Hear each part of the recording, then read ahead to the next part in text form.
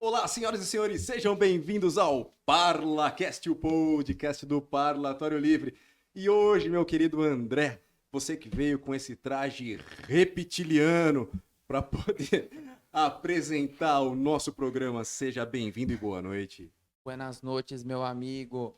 Como você bem mencionou, o traje reptiliano, ele é em homenagem às víboras que nos circundam e às víboras que tentam nos controlar lá do Planalto Central. Ah, aquele Planalto Central, hein? Mas tá em reforma lá, né? Tá em reforma, mas Ai, meu Deus. é um meio pantanoso.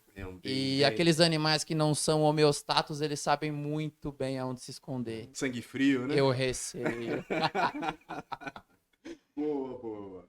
Uma data especialíssima, Muito específico. porque temos a nossa primeira convidada do sexo feminino. E eu soube Sexo biológico. E eu, Ops, acho que não deveria falar eu isso. soube que ela veio com a peixeira na cintura. Meu irmão, isso daqui vai virar o baile do risca-faca. Risca a faca, hoje vai pegar fogo aqui. Vai. Deixa eu passar a palavra pro meu amigo Lucas Fagnani, que vai dar sequência nesse piseiro. Boa noite a todos.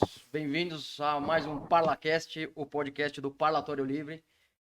Vamos lá, vamos apresentar a nossa primeira convidada, né, do ParlaCast. Ela é pernambucana do Recife. Ela é jornalista, analista de política, fazendo história aqui, a primeira convidada mulher do ParlaCast. Ela é Mariana Brito Soares de Lima Garchagen. Bem-vinda, Mari Brito. Muito bom. Seja bem-vinda, Mari. Obrigada, queridos. Muito obrigada bom. pelo convite. Espero poder contribuir de alguma forma. E hoje Obrigada, né? os elevadores também não estavam funcionando. Pois Nós é. estamos no 32º andar aqui. Uma pena. É. Mas aí eu fiz o meu card do dia, né? Tá tudo resolvido. Que maravilha. E quem é Mariana Brito? De onde veio a Olha, Mariana Brito? é uma pergunta, uma resposta difícil, né? A gente se Difícil. definir é muito difícil, É né? muito difícil. Bom, mas como o Lucas mencionou, eu sou jornalista, sou do Recife. Recife? Recife, tá? Não é Recife. Isso aí, o André, isso aí é o bullying, André tá? falou que era Recife. É bullying, é bullying. André. É bullying. É bullying. Eu vou respeitar a cota do programa. Bullying do colégio. Tem isso, né? Eu fui convidada graças ao 50-50 aí, né? Homens e Planeta mulheres. 50-50. Então, É. sinto muito lisonjeada por isso. Né? Sei que não é por mérito, mas apenas para preencher um requisito. Só Tô pra- zoando. Mas enfim, então, eu sou jornalista, sou pernambucana, nascida e criada em Recife e moro em São Paulo desde 2019. Recente. Recente, tem pouquíssimo tempo que eu tô aqui.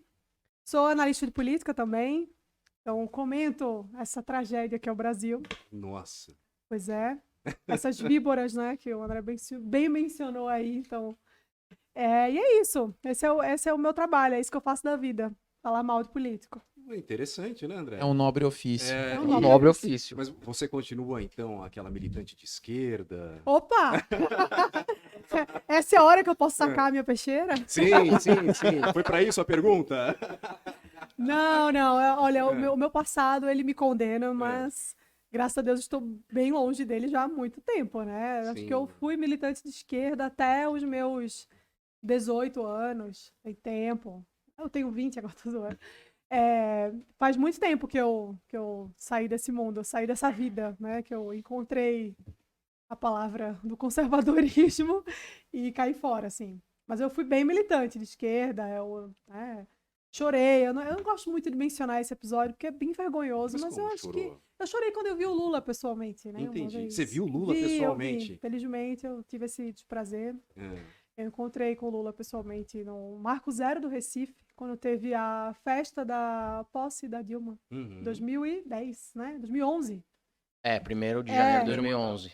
Isso. E aí eu fiquei emocionadíssima quando eu vi o Lula. Né?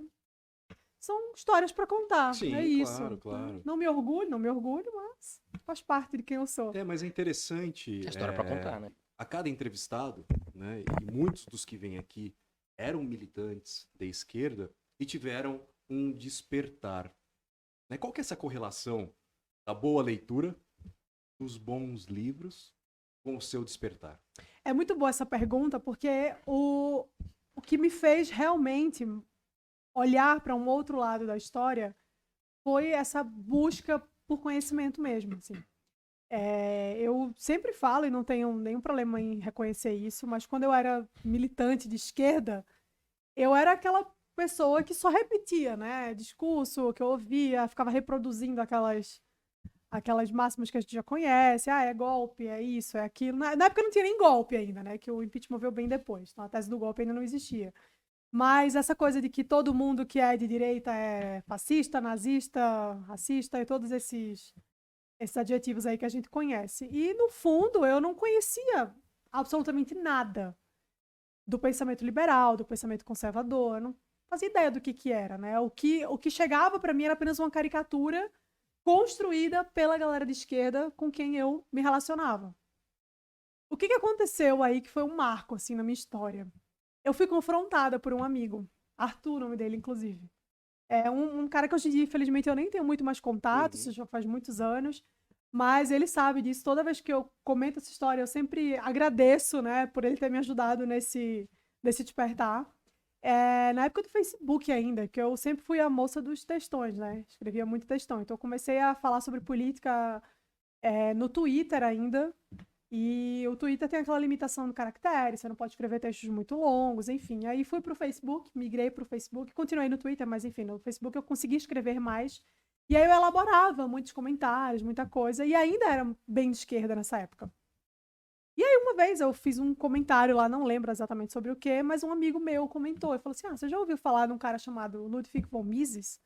Claro que não, quem é esse? Mas já Falei, foi direto no Mises, assim? Porque eu falei alguma Rapaz. coisa sobre economia, né? Uhum. Ou seja, uma pessoa burra de esquerda dando pitaco sobre economia, né? E aí ele falou, você poderia conhecer esse cara, né? Ler alguma coisa sobre ele e tal.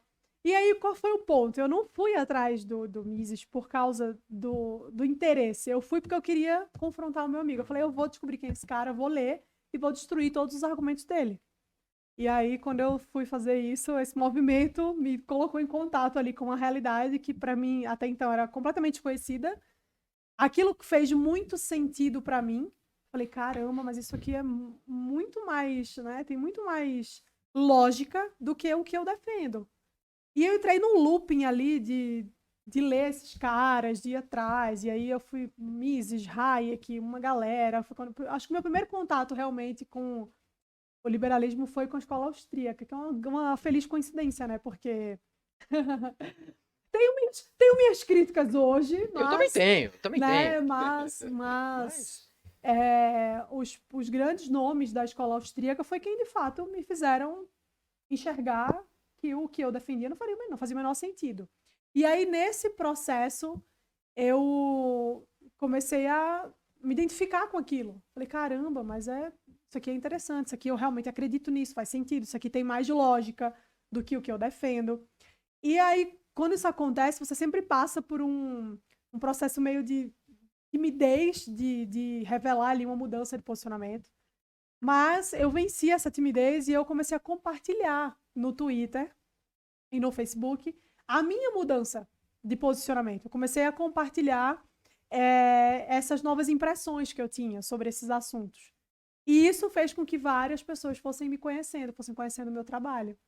Na verdade, não era um trabalho, tornou-se um trabalho depois, mas foram conhecendo os meus comentários. E aí, meu perfil foi tendo maior alcance, mais visualizações, enfim. E eu fui compartilhando essa mudança, né, passo a passo dessa mudança. E muitas pessoas iam chegando até mim e falavam, pô, mas eu também. Então, foi um negócio bem bacana que aconteceu, né? Porque várias pessoas se identificaram com aquilo, eu pude ajudar outras pessoas. Enfim, dava dicas de livros e as pessoas também me davam dicas de livros. E foi por meio desse confronto com esse amigo, né? Interessante, né? Essa questão em primeira mão, que seria negativo, né? Mas você vê como que é legal essa questão de confronto de ideias, você conseguir contextualizar para sua realidade, para você entender, para um entendimento da realidade. Eu falo sempre da questão da destruição da percepção. Hoje nós temos um trabalho gigantesco de destruição da percepção, né? Uma programação neurolinguística, programação comportamental, que está destruindo mentes, né? E está fazendo com que as pessoas fujam muito da realidade. Então, essa história que você nos trouxe aqui é muito interessante. E essa questão da literatura, da boa leitura, né, André? E é interessante também para que nós percebamos a importância de muitas vezes confrontar de uma maneira até, eu não sei como ele te confrontou, se foi de uma maneira educada, jocosa, virulenta, tanto faz. Mas esse confronto foi o que te movimentou para descobrir esse novo caminho. E eu aproveito esse gancho aqui, eu quero fazer uma pergunta, ela é um pouco espinhosa, assim, se você não quiser entrar em muito detalhe. Você disse que chorou quando encontrou o Lula. É engraçado, aqui o PT ele tem uma feição muito sindical, Sim. sobretudo nesses municípios vizinhos daqui, São Bernardo, São Caetano, Santo André. ABC, né? Isso, justamente. E no Nordeste, eu ouço você falando isso, eu já ouvi o Roberto Jefferson falando em entrevistas, eu já ouvi o Olavo falando que em alguns lugares ele disse que o Lula fazia até imposição de mãos. Uma coisa simbológica, né?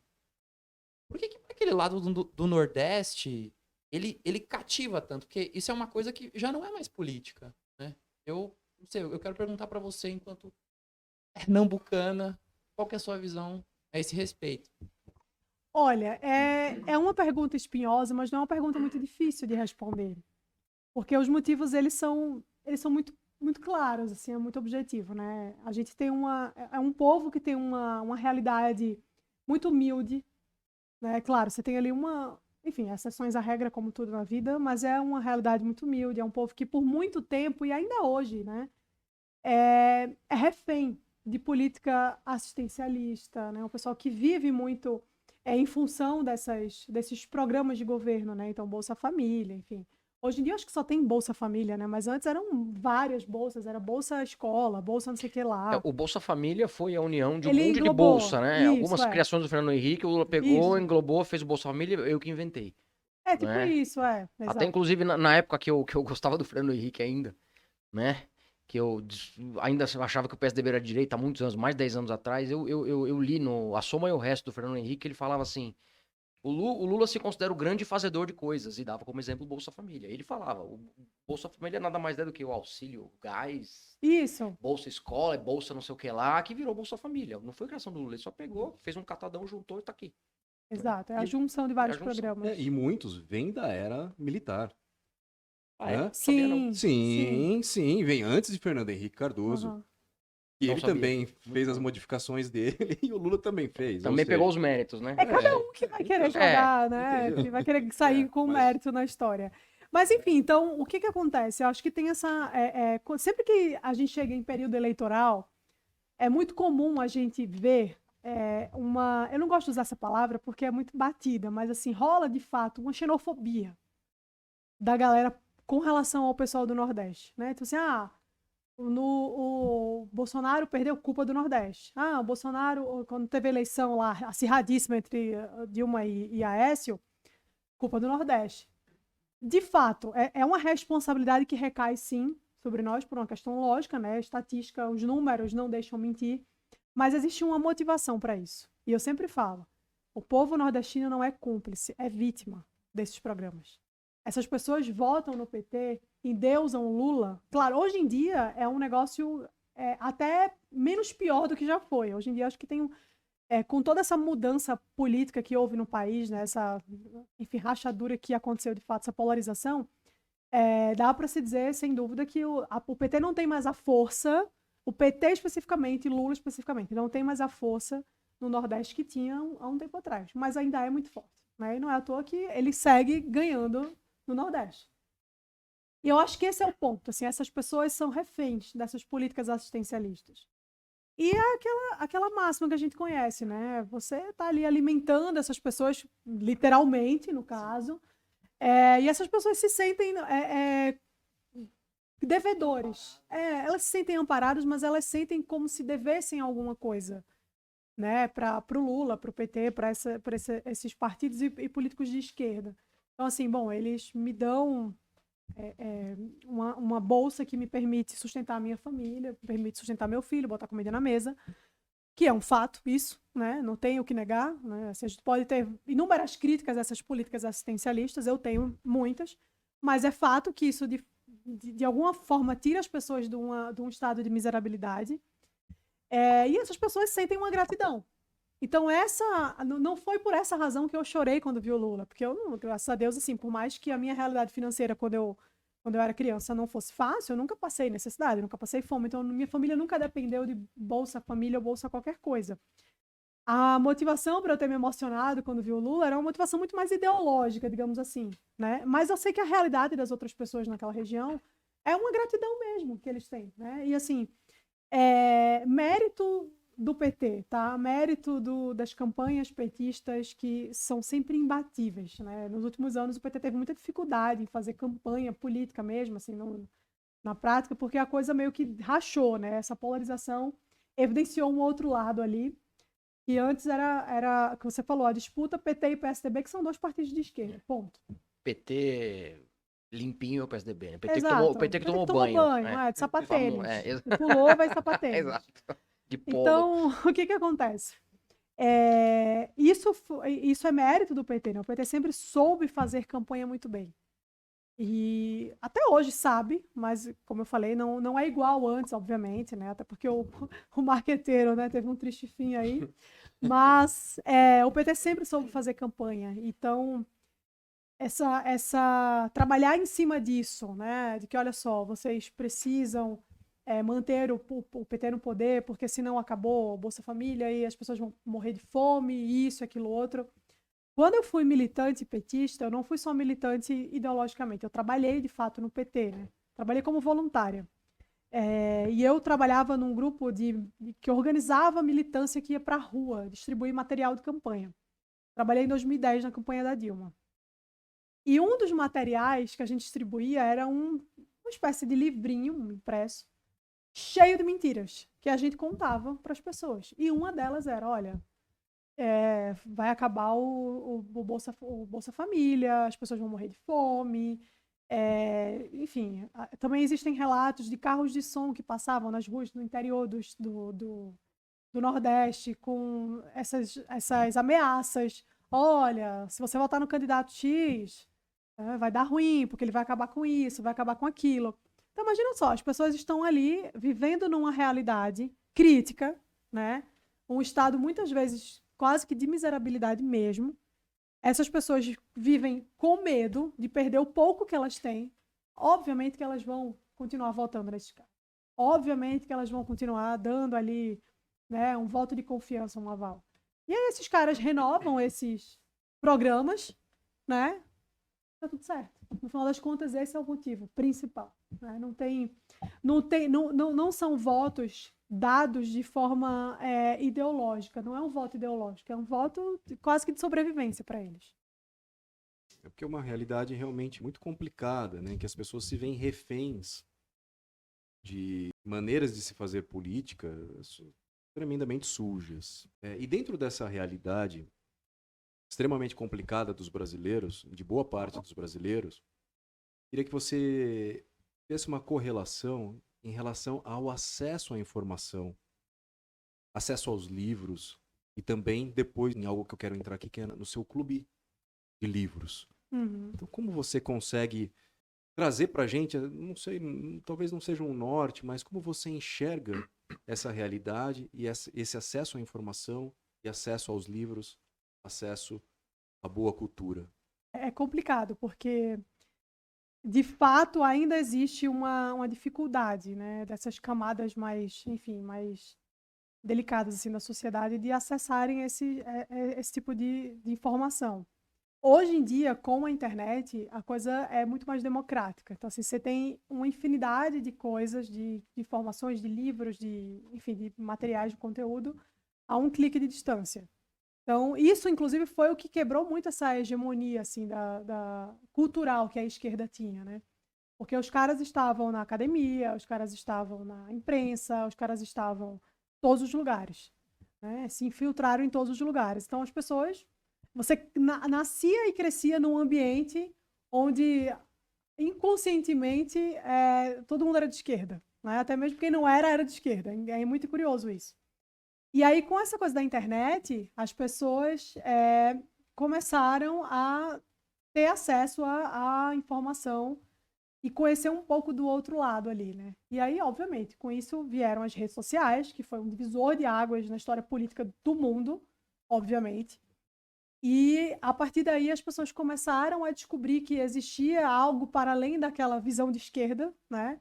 Claro que eu tô falando aqui de forma muito grosseira, Uhum. né? Não foi esse o motivo pelo qual as pessoas não, mas isso foi um grande fator, sim, que facilitou muito o acesso à informação. E aí essas pessoas começaram a descobrir um mundo um universo de outras ideias e começaram a ver que aquilo ali não era a única coisa que existia, né?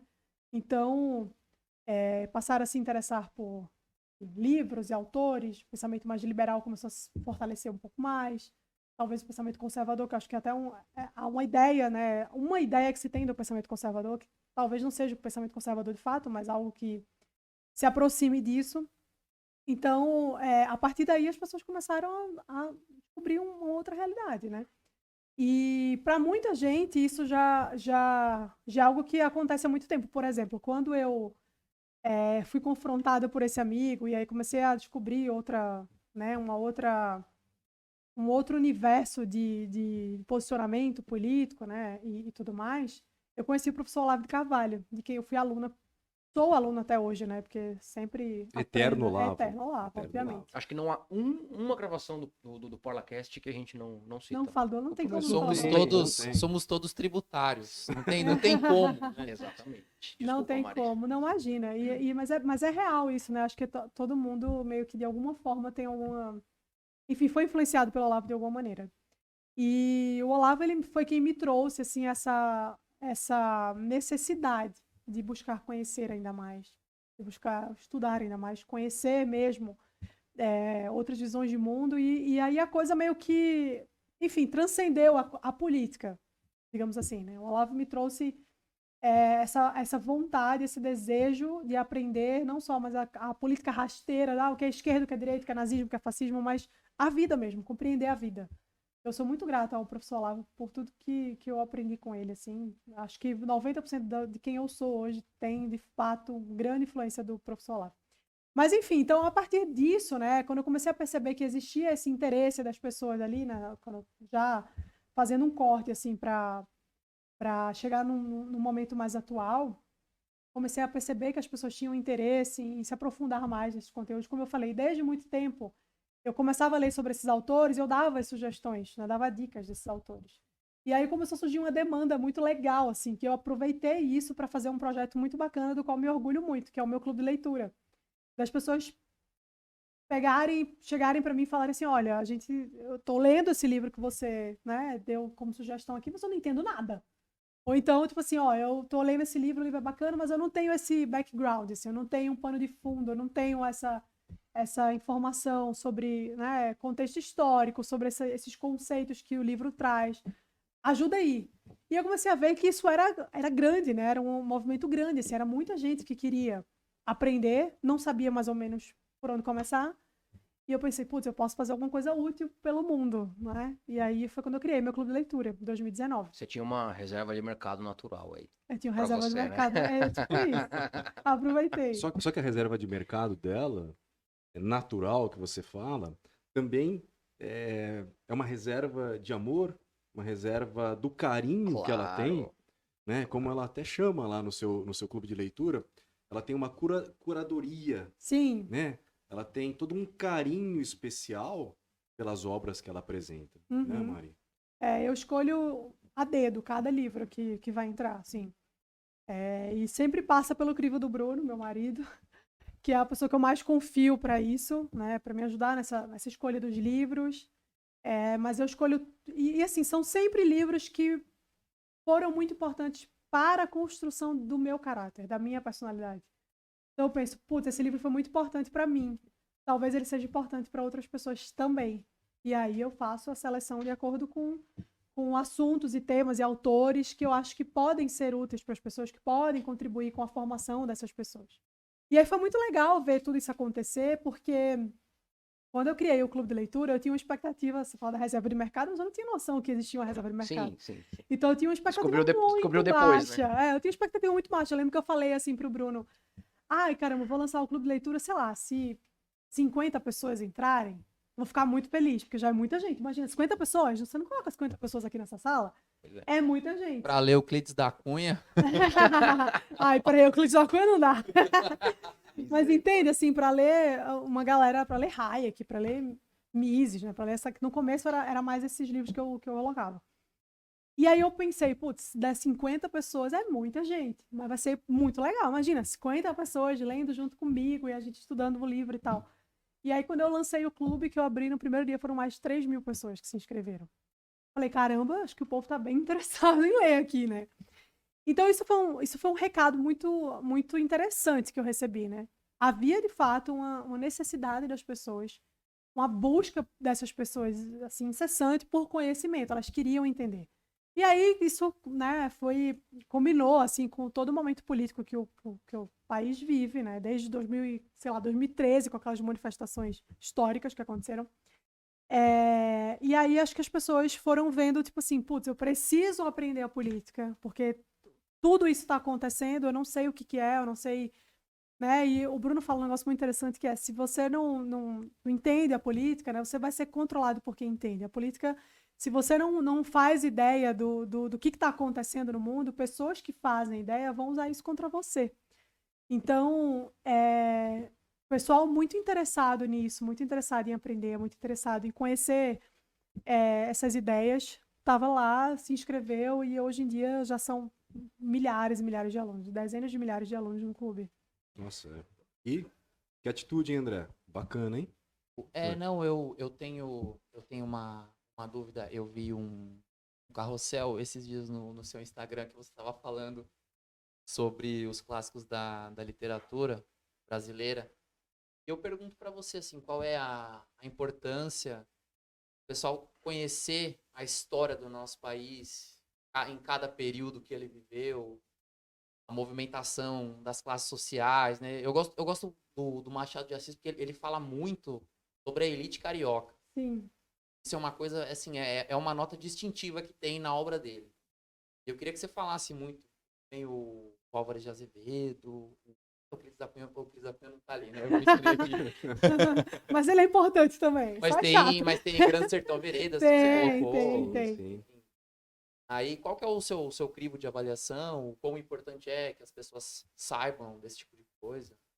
Cara, é muito legal essa necessidade, né, de você conhecer a sua própria história, porque é algo que eu percebo, assim, todos os dias, quando eu tô, sei lá, tô no Instagram, eu coloco uma caixinha de pergunta, ou, enfim, na vida mesmo, e as pessoas não fazem ideia do que é o Brasil, de como o Brasil foi formado, de quem formou o Brasil, quem são esses caras que colocaram isso aqui de pé, né? Quem são os construtores do nosso país. As pessoas não sabem.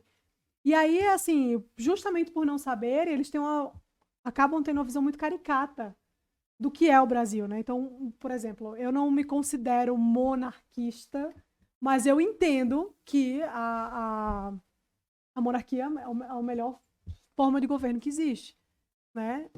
E a gente teve uma monarquia aqui no Brasil que funcionou muito bem até o século XIX e que foi destruída por um golpe militar, não é? Eu acho tão engraçado esse pessoal hoje que vai pra rua pedir golpe militar e não sabe que a merda que a gente vive hoje é fruto de um golpe militar. Mas tudo bem. Então, assim, as pessoas não conhecem essa história. É uma história riquíssima. A história do Brasil é uma história muito bonita. E a literatura, como você falou, Machado de Assis, que fala bastante sobre a elite carioca, e fala do Brasil de forma geral também, muitos outros autores, esses caras vão trazer essa visão pra gente. Mas a galera não lê, porque a galera tá lendo o quê? Tá lendo Crepúsculo, tá lendo Milagre da Manhã. Sabe que o cancelamento mais foda que eu sofri foi por leitores de Crepúsculo? Eu lembro dessa, eu vi a treta. Você lembra disso? Lembro. A caixinha de pergunta, aquele textão lá. Cara, eu fui canceladíssima pela galera do Crepúsculo. Porque eu amo o livro Crepúsculo, ela disse tais coisas que ler Crepúsculo... Porque a pessoa, ela se sentiu atacada. Não, eu falei... Eu gosto do Crepúsculo, ela falou que ler Crepúsculo é perda de tempo. Pronto, o ego da pessoa... Não, eu falei o óbvio, né? Que Crepúsculo é uma merda. É uma merda. Eu falei. E as pessoas ficaram revoltadíssimas comigo. Porque, meu Deus, como assim? Toda leitura é boa. Eu falei, claro que não. Toda leitura é boa. Leitura é Porra. boa. Não, não é. Melhor ler do que não ler, É. mas se for pra você ler, que seja Então, uma mas coisa- É. ler Crepúsculo não seria o problema se você ler somente Crepúsculo é um problema. Se você. Porque acho que a futilidade é importante, um pouco de futilidade na vida, Sim. né? Não, mas tem futilidade boa. Ah, sim. Tem Sim, futilidade, sim. tem futilidade que é útil. Ó, futilidade útil. Tem futilidade que é interessante. Crepúsculo é uma porcaria. E eu vou além, assim. Livro ruim prejudica seu desempenho. Sim, sim. Livro ruim atrofia seu cérebro. Não vai ler porcaria. Né? Então, assim, ler é melhor do que não ler? Não sei, depende do que você tá lendo. Né? Se você tá lendo Crepúsculo, é melhor você não ler nada. É melhor você assistir Dalton Neb, sei lá. É melhor a conta corrente ficar no zero do que negativa, É. né? Exatamente. É melhor você ficar burro ou muito burro. É melhor você ficar burro. Porque, pô, não vai exponenciar isso, pô. Quando ela for mencionar o assunto do feminismo, é uma outra coisa também. Isso aqui é um vespeiro. Um vespeiro, tá? Mas eu vi um vídeo do Jordan Peterson, que estava explorando um livro de um dos engenheiros da Google.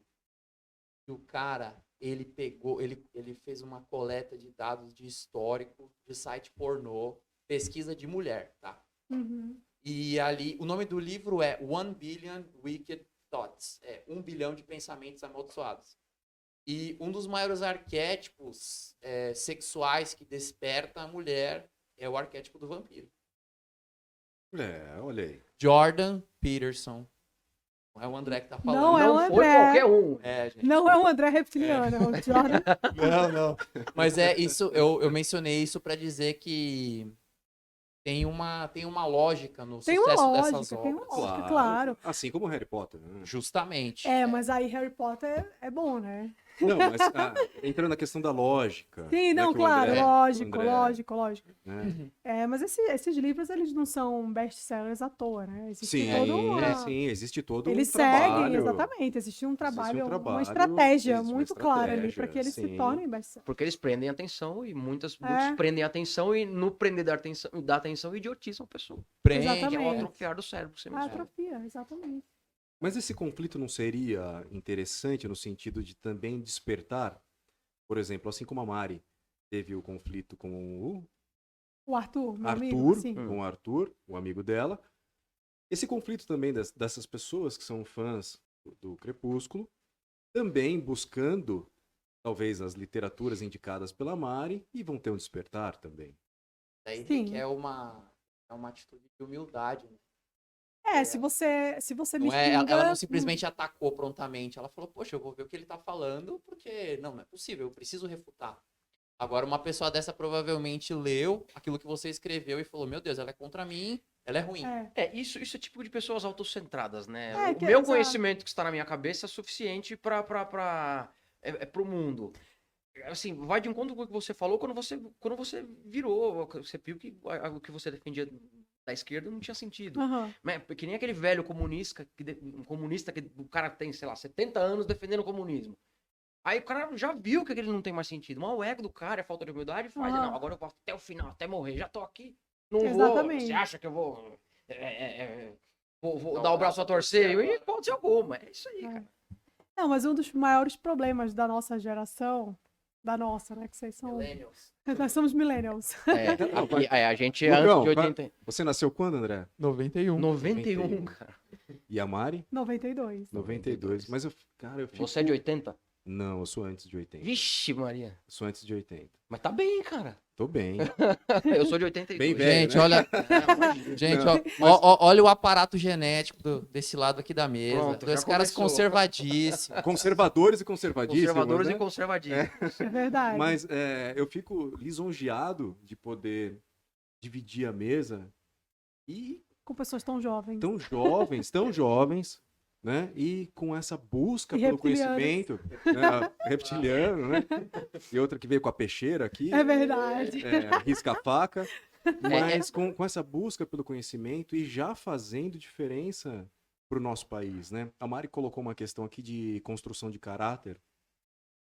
E eu coloco que aqui essa geração, e sempre as próximas gerações, eu espero que sejam melhores do que as anteriores, Uhum. vocês têm um papel fundamental na construção do caráter do nosso país. Sim. Pô, olha a responsabilidade.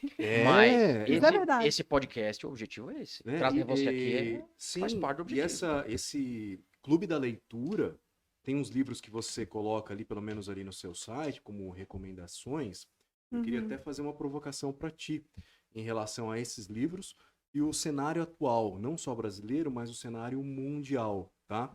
Então você coloca lá também Escuridão ao Meio-Dia, né, em que você traz essas instaurações de governos totalitários, né? Existe um trabalho aí de... Vamos ver se você faz uma correlação com o Brasil de hoje. Com o trabalho de calar, interrogar e punir os opositores, né? Sempre disfarçado de algo bom, de instrumentos democráticos e de libertação. Então essa é a primeira provocação, Mari, em relação a esse livro. Não, eu não tenho nada pra falar. Não entendi. Não sei o que você tá falando. Aqui no Brasil isso não acontece de jeito eu me nenhum. equivoquei. Você se equivocou, você tá errado. É. Inclusive, acho que você deveria ser censurado por isso que você falou.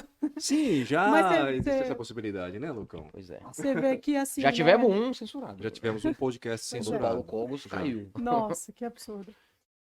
Mas você vê que assim, né? São histórias que se repetem ao longo de toda a história da humanidade, né?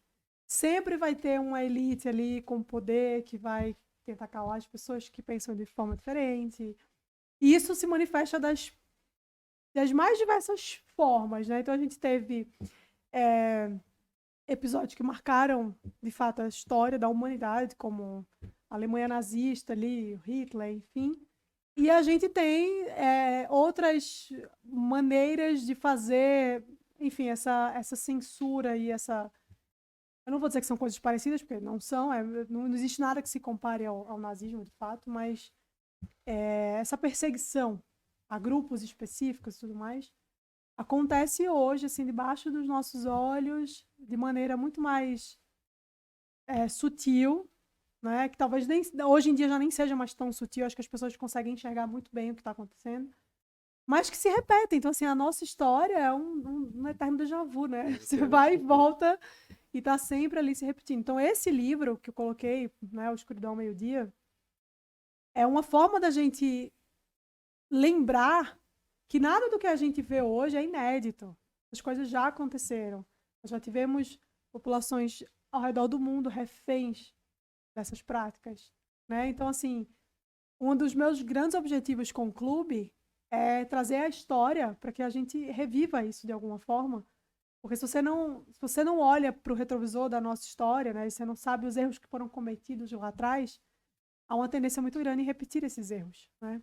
Então, é uma forma da gente ter a consciência do que já aconteceu, do que acontece. Para quem sabe, se for possível, né? E aí a gente falou da formação do caráter, enfim, as pessoas com essa instrução, com essa formação cultural, intelectual, tentarem fazer diferente, né? Sim. Então, acho que o objetivo do clube é esse, é trazer esse conhecimento para as pessoas, com o objetivo de formar essas pessoas para que elas sigam um caminho bom, assim, né? De fazer realmente a diferença. Então esse é o ponto, assim, principal para mim, né? A escolha dos livros vai muito nessa direção.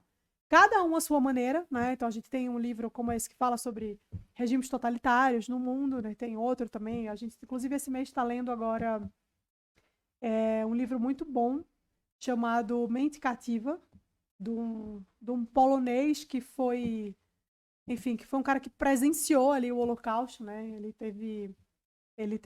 Foi testemunho ocular do gueto de Varsóvia, que foi um principal, sabe, né? O principal gueto de judeus ali, do pessoal da Alemanha nazista. Então, é um cara que escreveu sobre isso, porque logo depois aí teve a queda do Hitler, veio o Stalin, e aí a coisa mudou, mas não mudou tanto, né? Então ele fala sobre isso, ele fala, porra, né? Então o cara que fugiu, ele morava em Washington, e aí ele foi deportado para Polônia, e ele foi, enfim, perseguido e queriam matá-lo, mas aí com a ajuda de um ministro lá, ele conseguiu fugir. E ele ficou exilado em Paris por muitos anos e escreveu esse livro, né? Onde ele conta a tragédia que foi o nazismo e a tragédia que ele avistava com o fascismo. E também a questão do Goebbels, Sim. né? A vulnerabilidade das pessoas, da mente das pessoas, como entrar na mente das pessoas, como trabalhar a propaganda, Isso. né? E fazer com que as pessoas aceitassem narrativas como verdades absolutas Uhum. e trabalhassem por isso, né, Mari? É isso que o propósito desse livro, na verdade, é justamente esse, é mostrar como a mente pode ser cativada por essas ideias, né? Então você tem ali intelectuais, artistas, né? Pessoal acadêmico e toda uma sorte de grupos que se deixam contaminar por essas ideias, né? E repetem aquilo e reforçam aquilo que você falou do velhinho comunista, né? O cara sabe que é coisa, mas ele tá lá repetindo aquilo. Então, é mais um livro que vai nessa direção, assim, da gente tentar lembrar das coisas que já aconteceram, para que a gente consiga, de alguma forma, se poupar de viver isso de novo, né? Se for possível, obviamente.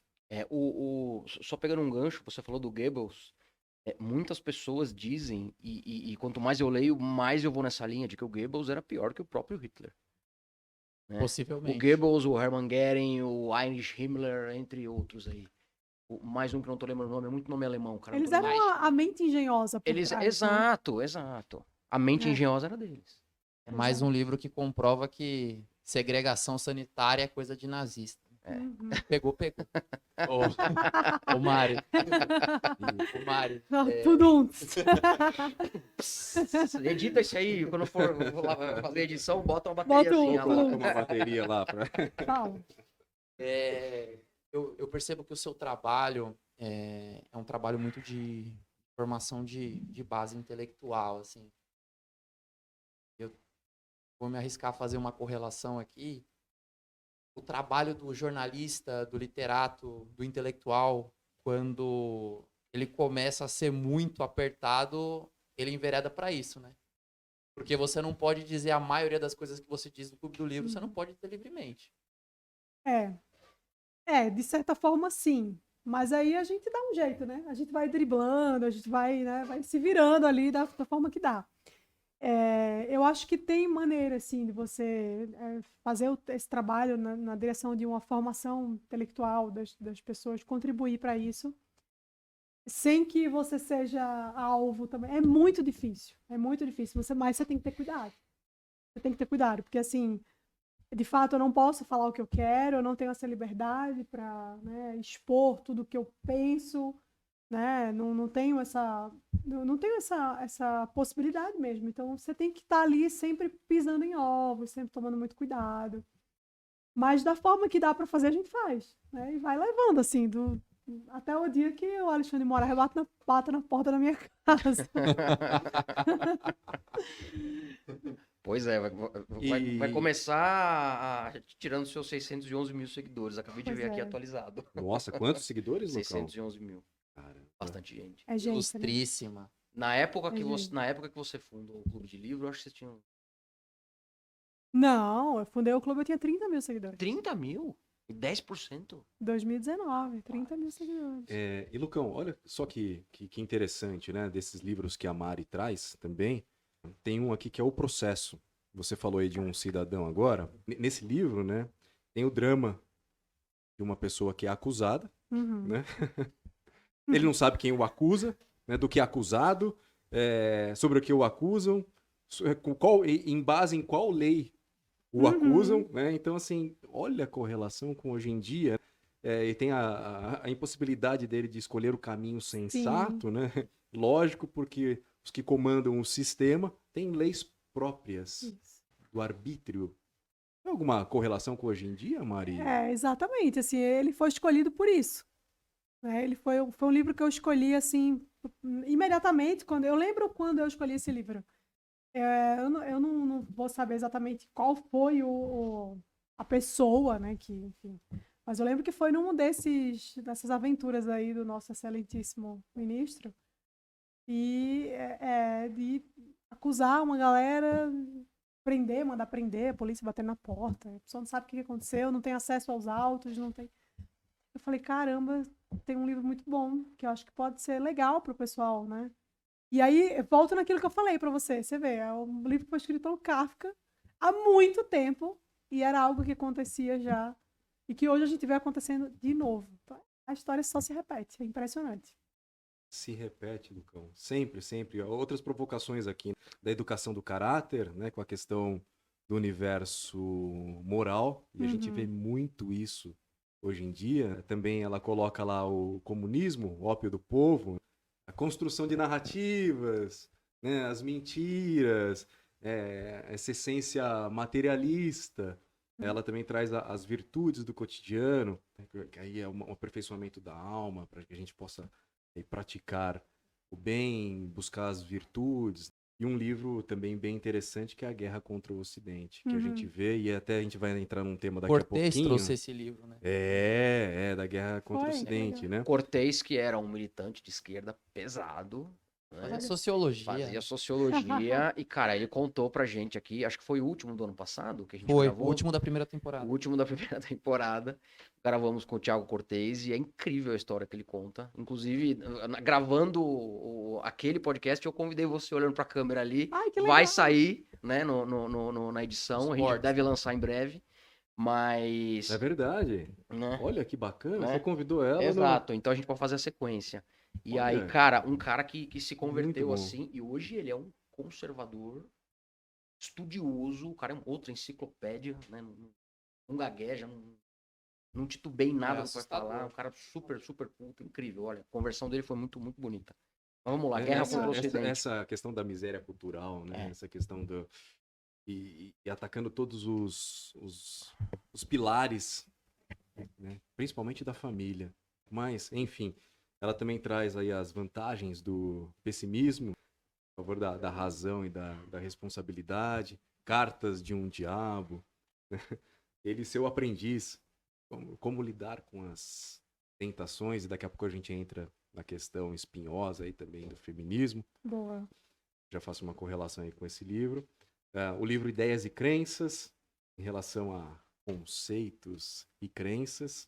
E o livro Qualquer Coisa Serve, também, né? Que é uma reflexão sobre a questão do apodrecimento moral e cultural. Então, assim, é muita informação, Muita informação.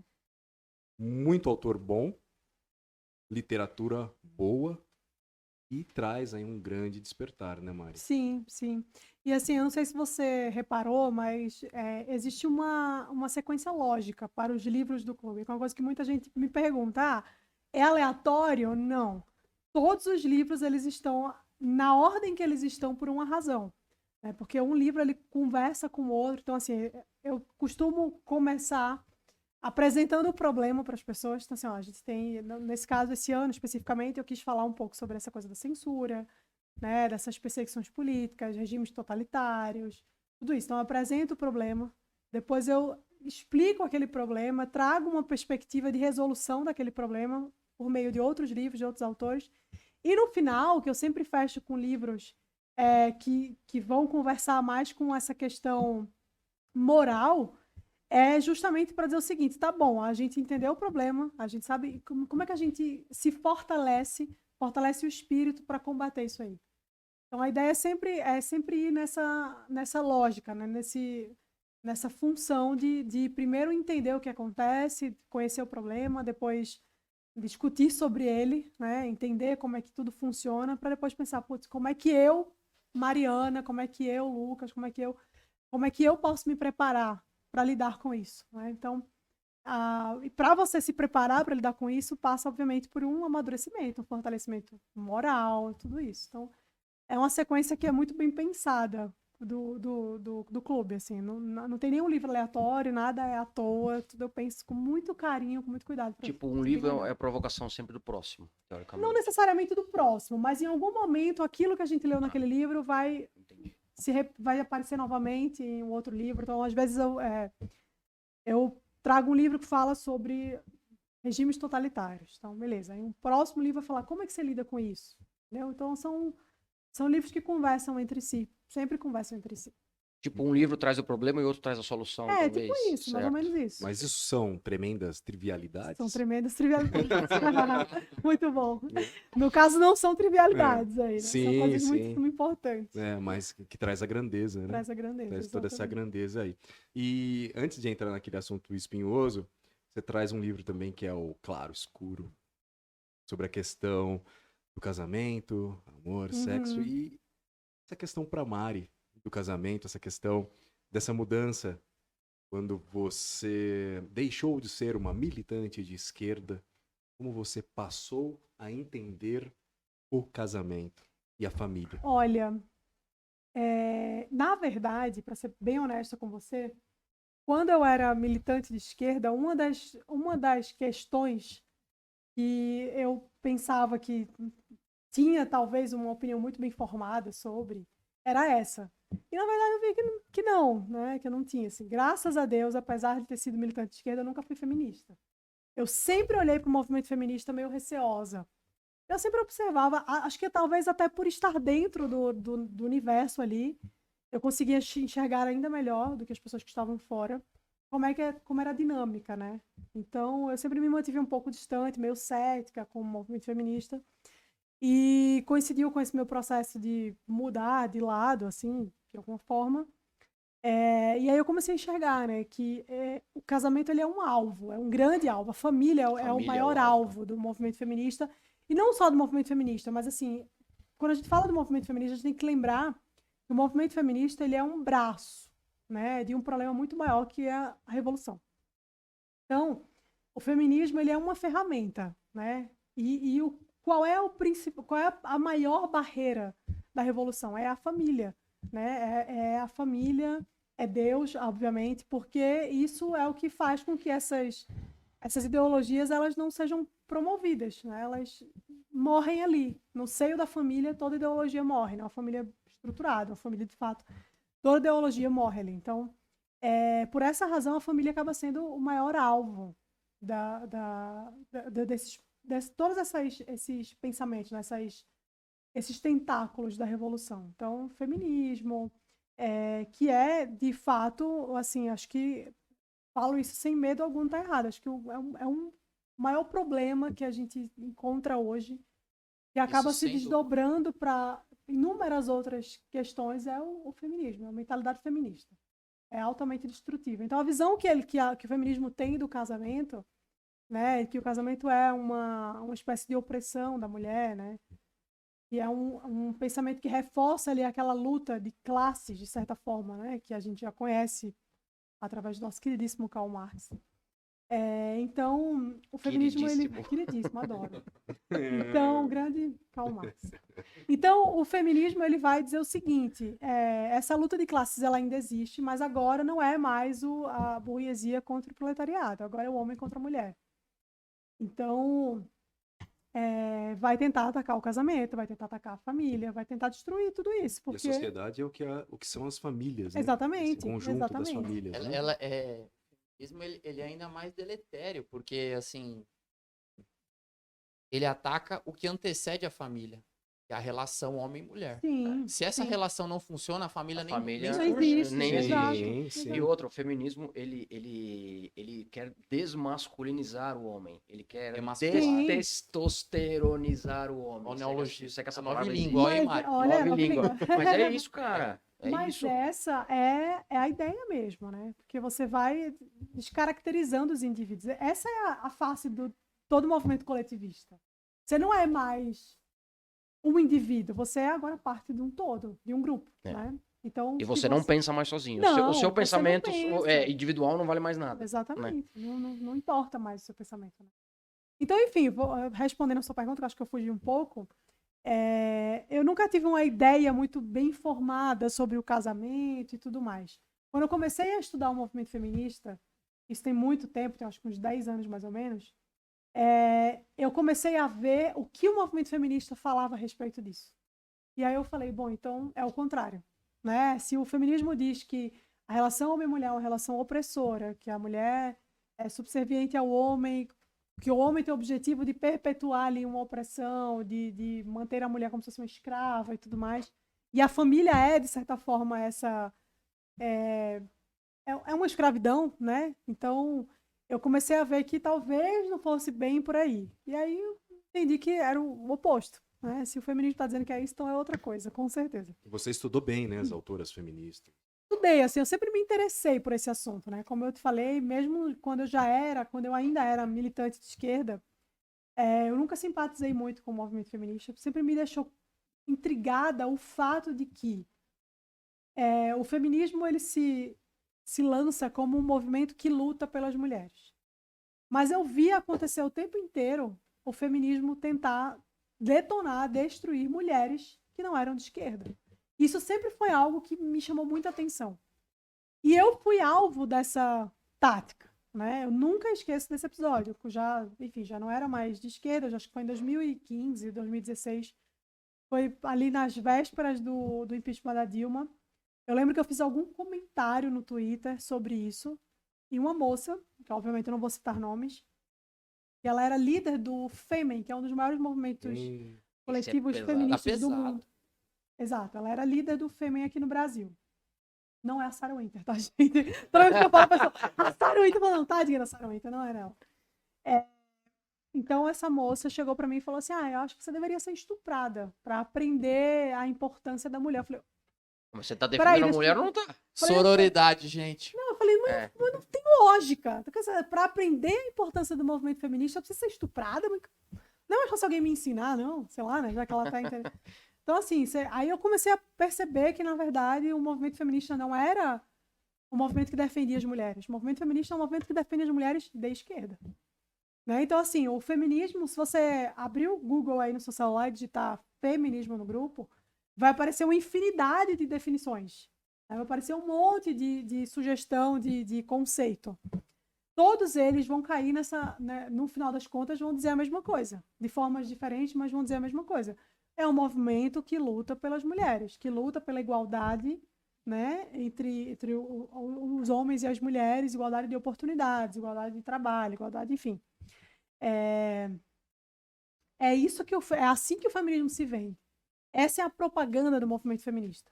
Só que se você for um pouquinho só mais a fundo, e eu sempre falo, não precisa ir muito fundo, é um pouquinho só, você vai ver que não tem absolutamente nada a ver com isso. O feminismo é um movimento político, ideológico, revolucionário. Mas é muito claro isso. Né? Não importa de onde você parta, sempre vai cair no mesmo lugar. Você sempre vai cair no mesmo lugar, que é esse ponto em comum que existe. Né? O feminismo é um movimento político, ideológico, revolucionário. Sim. Então, assim, o feminismo é para todas as mulheres. Não é. É tanto que se você for uma mulher que não seja de esquerda, uma mulher conservadora, você vai ser perseguida pelo feminismo. E isso é algo que é muito claro. Essas autoras feministas, né, as grandes teóricas do movimento feminista, sempre deixaram isso claro. Essa ideia de que o feminismo, e que todas as mulheres... Isso é millennial, é a galera de hoje que fica tentando enfiar essa... Se você for parar para ler as Simone teóricas... Beauvoir. Simone de Beauvoir, tem várias outras, tem a Firestone, tem... que foi uma doida aí, né? Tem várias outros grandes nomes. Então, se você for parar para olhar todas essas mulheres, elas são muito claras no que elas pregam. Elas são muito objetivas, assim. É um movimento revolucionário. A nossa ideia é fazer revolução. Nós somos comunistas, né? Então tem a Alexandra Kollontai, que era comunista. Enfim, então é muito claro esse objetivo do movimento feminista. É uma agenda política que É uma instrumentaliza as mulheres. Exatamente. Assim como Exatamente. todas as outras pautas progressistas. E sempre Exatamente. vendido como algo bom, né?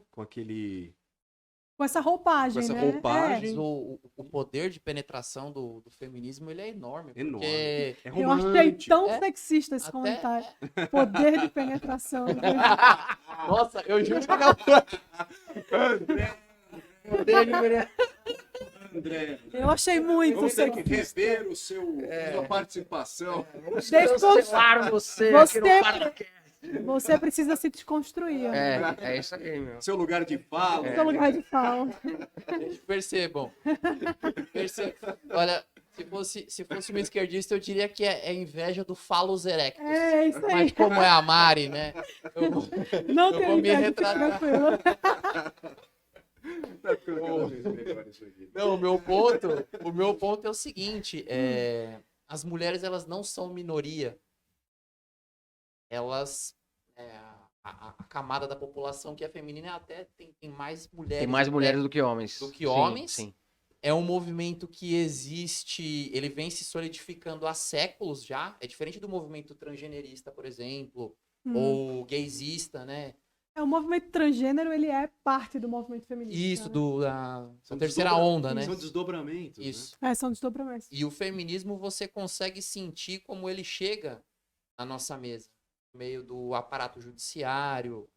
Hoje em dia o feminismo ele é praticamente, assim, ele está em todos os lugares na cultura, ele é onipresente em política corporativa de qualquer empresa, em ESG, é uma coisa Isso que que eu ia já falar, tá tá dentro do muito SG. forte. Exato. Tá Uhum, muito forte. uhum. E a minha pergunta nesse sentido é a seguinte: você crê que as mulheres elas aderem ao movimento por uma questão de ambiência cultural? Ou você crê que existe algo que opera na chave biológica, quase como um determinismo das mulheres de agirem uma mentalidade de colmeia? Por que você atribui essa grande aderência? Porque hoje em dia qualquer mulher que você for conversar, ela vai ter um traço, ela vai ter um fiado. Feminismo. Então, eu queria saber. Eu acho que o homem, de forma geral, né? O homem sapiens e a mulher sapiens, eu acho que os dois, Saudades a espécie, que ela falava, né, saudade, meu? saudade, putz. Que Era falta faz uma divertido. Dilma, né? Que falta faz uma Dilma. Mas o Dilma tá indo bem, A né? gente, Tá falando não, muita merda, né? a verdade é que a gente não valorizou a Dilma. Ela Mas merecia um pouco mais de atenção. Ela era Pois é, maravilhosa. Ela merecia um Atrás do- stand-up, A pasta cara. de dente do dente Do dente frício. frício. Atrás foi de maravilhoso. uma criança sempre Tem um tem cachorro atrás. uma figura oculta que é um Que é cachorro. um cachorro Era uma atrás. grande filósofa, que a gente não soube valorizar a Dilma, a gente não soube reconhecer, né, os esforços dela. Eu gostaria Como é de que ver um debate entre a Dilma e o Biden. Tá louco! Não, é por aí, cara. Não, o Biden ele está Mas realmente vamos- gaga. Nem A o Dilma- chat GPT ia conseguir decifrar aquela porra. Vamos voltar à pergunta. Bom, O Homo sapiens o Homo sapiens sapiens e a mulher sapiens sapiens, eu acho que... Ele sabe que sabe. Tipo isso. Eu acho que a espécie humana, ela tem uma tendência, né, natural da gente, dessa coisa meio colmeia, né? A gente se agrupar. É normal. A gente se agrupa de todas as formas. A gente se agrupa... Nós temos aqui um agrupamento, de certa forma, né? Pessoas que têm certas afinidades. Participar desses grupos, né, dessas comunidades, é legítimo. E é muito bom que a gente participe, né? Só a gente vive isolado no mundo. E não faz sentido que seja assim. Então, eu acho que é natural do homem essa coisa de tentar se agrupar. Existem outras razões para mim que são mais... que eu acho que talvez justifiquem mais essa adesão ao movimento feminista. A primeira delas é justamente o que a gente estava falando da propaganda. Foram séculos e séculos e séculos de lavagem cerebral. Então, assim, o que se entende sobre o feminismo é um marketing, basicamente, né? O que a gente sabe do feminismo, quando eu falo a gente, eu falo a média, né? O afegão médio, como diria o Emílio Surita. O afegão médio sabe do feminismo exatamente o que eu estava falando, essa definição simplista, de que o movimento feminista é um movimento que luta pela mulher. A gente para olhar a história, né? E aí, se você para olhar a história com um viés já que vai na direção de você tentar acreditar que a mulher é desvalorizada, enfim, você sempre vai achar que ao longo de toda a história da humanidade a mulher sempre sofreu muito. Eu vou na direção oposta disso. Eu sempre acho que a mulher foi super privilegiada ao longo de toda a história. Toda a história. O cara saía para caçar no meio da floresta, a mulher ficava em casa, porque ele ia proteger a mulher e a prole. Isso é um privilégio. O cara não mandava a mulher caçar e ficava em casa fazendo marshmallow na fogueira, né? Quem ia fazer isso era o homem. Guerras. Guerras. Não tem mulher em guerra, tá? Não tem. Muito embora tenha uns tanques de guerra aí que deveria... Mas, enfim, não tem mulher em guerra. Então, o que acontece? A mulher sempre foi privilegiada, a mulher sempre foi poupada das mais diversas coisas.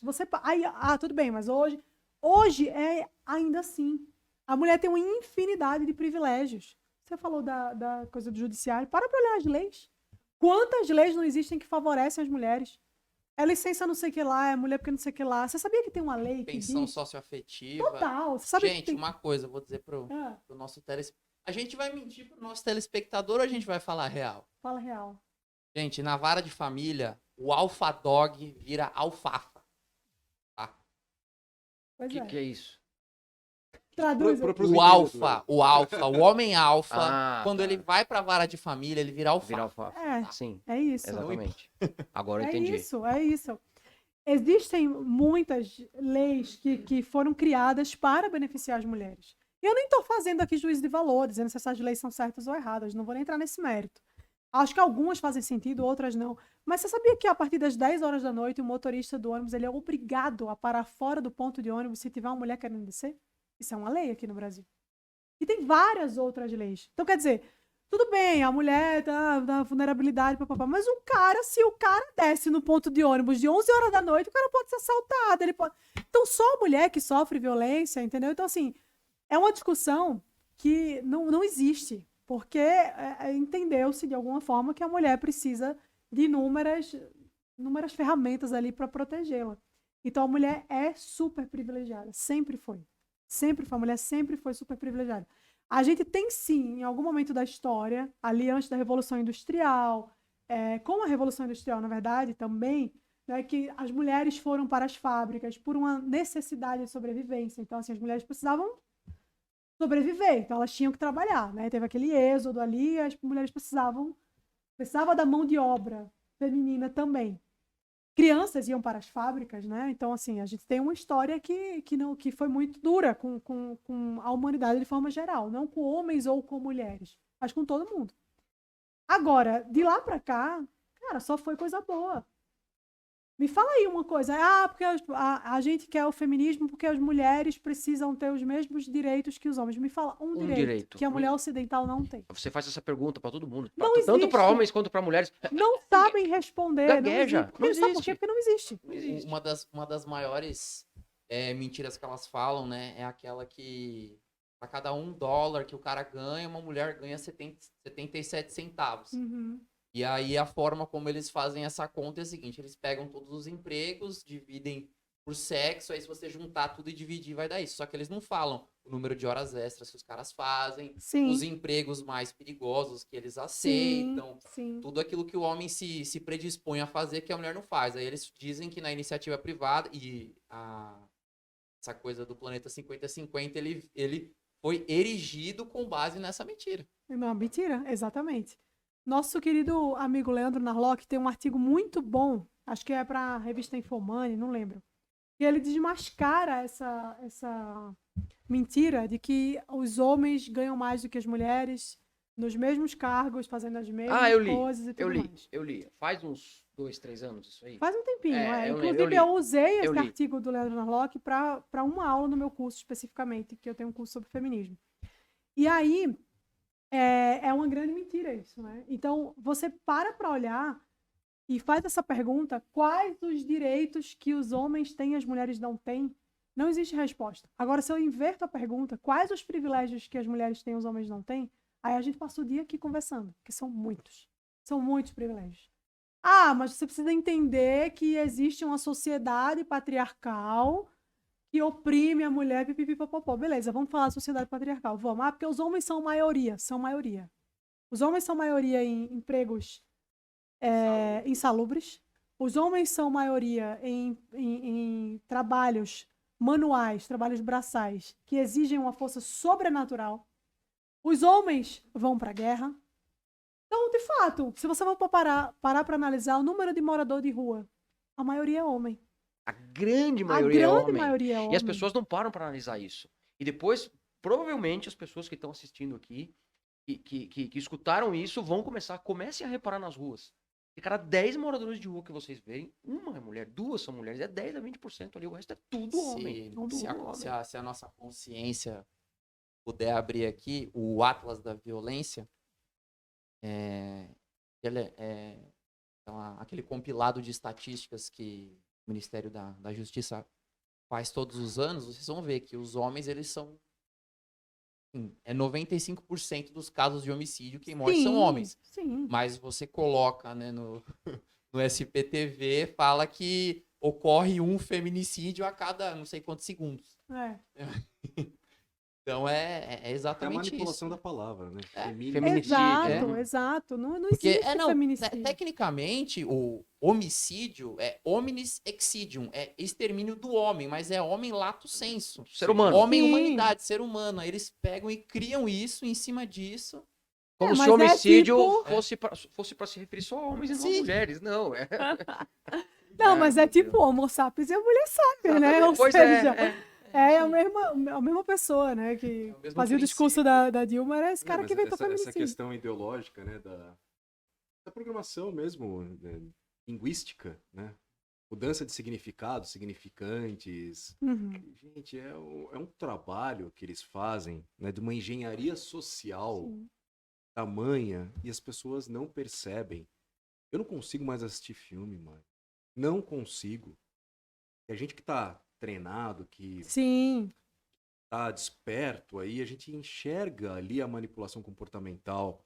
Eu tive o desprazer, eu fui fazer uma viagem e tinha uma pessoa que assistia ali a Globo e acho que a final de uma novela aí.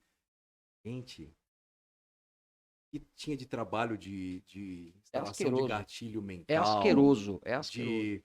E aí acontecem cada coisa, André. E em frente à minha casa, eu vi uma cena lamentável de uma menina que acabou tirando a vida por essas questões psicológicas, destruindo a cabeça das mulheres, destruindo. Eu não vou nem me estender aqui, mas uma situação lamentável. E ela acabou, assim, não só com a vida dela, né, mas de todas as pessoas que faziam Estão parte. próximas dela, né? Por essas questões aí de quanto estão destruindo a cabeça das Lavagem mulheres, cerebral. principalmente das mais novas. O feminismo é o maior inimigo da mulher. O maior inimigo. Assim, a mulher não tem outro inimigo tão cruel quanto o feminismo. Porque o feminismo ele vai te prometer o céu, mas ele te entrega o inferno. E é exatamente isso, né? Você falou dessa moça, mas essa realidade, ela tá acontecendo assim, sabe? De forma quase que corriqueira mesmo. Destrói a vida das pessoas, destrói a vida da mulher. A mulher, quando se encanta pelo movimento feminista, ela abre mão de absolutamente tudo que é importante. Ela abre mão da boa relação com a família, ela vai começar a ver o pai dela como inimigo. Sim, o ódio aos O homens. ódio aos homens. Né? Né? Então ela vai ser movida por. O pessoal pergunta pra mim, qual o pilar os 3 coisas mais importantes do feminismo? Ressentimento, ódio e inveja. É isso que mantém o movimento feminista de pé. Então ele vai transformar as mulheres em mulheres odiosas, que sentem raiva do mundo, que acham que todo homem é inimigo, que todo homem é um potencial estuprador e um cara. Que é um verdadeiro absurdo. Meu Deus. Né? Elas vão ser ressentidas e elas vão ser invejosas, elas vão ter inveja, porque no fundo, no final das contas, o feminismo, ele é a materialização da inveja da vida do homem. E quem as mulheres capturadas realmente pela narrativa, elas param de se preocupar com a beleza também. Sim, mas essa Mas é a uma... destruição da beleza faz parte. Mas isso é uma estratégia. Uma estratégia. Né? Isso é uma estratégia. Existe um livro chamado... Putz, eu esqueci o nome agora, que é de uma moça chamada Naomi Wolf. O Mito da Beleza. É um clássico do movimento feminista. Ela é um livro classicíssimo, assim. E ela fala sobre essa questão dos padrões de beleza, da importância da destruição dos padrões de beleza. Se vocês puderem depois, pesquisem. Naomi Wolf no Google. Olhem a mulher. Ela era belíssima. É a ausência do divino, a ausência do belo. Sim. A beleza, ao menos aqui no Ocidente, ela tá muito atrelada a características de, vamos dizer assim, de vigor biológico, né? Sim. Então, uma mulher voluptuosa, em tese, seria aquela que poderia gerar descendentes mais fortes, porque o quadril mais largo consegue carregar um bebê Sim. mais pesado, um seio mais farto, ele consegue alimentar essa prole melhor. De igual modo, um homem atlético, ele remete muito à figura de um protetor-provedor. Sim. Então, existe uma lógica na beleza, na simetria. É claro que a gente pode elevar o papo aqui, mas bem rasteiro, é mais ou menos isso. Não é um construto social. Não, imagina. Se eu estiver falando bobagem. Não, e a beleza é objetiva, né? As pessoas têm essa coisa de, beleza é gosto. Não, não é. Existe uma classificação para você eu falo, considerar algo atração belo. Tem uma linha de corte ali. Tem uma linha de né? corte, exato. Isso não foi inventado, né, fonte e vozes da minha cabeça. Né? Isso Fonte, é juro por Deus. Platão, Aristóteles, os caras já falavam sobre essa definição de beleza há muito tempo. E assim, você falou uma coisa muito legal, e eu vou além. A beleza, ela está diretamente relacionada à ordem. Você olha, o belo encanta porque ele representa a ordem. Né? Você vai vou dar um exemplo aqui que é muito comum. Você vai numa favela dessa do Rio de Janeiro, né? Num morro daquele. Você olha para aquilo ali, você não vê beleza. O que é que a galera faz? Pinta, coloridinho, para dar uma camuflada. Por quê? Porque sabe que o belo importa, a beleza importa.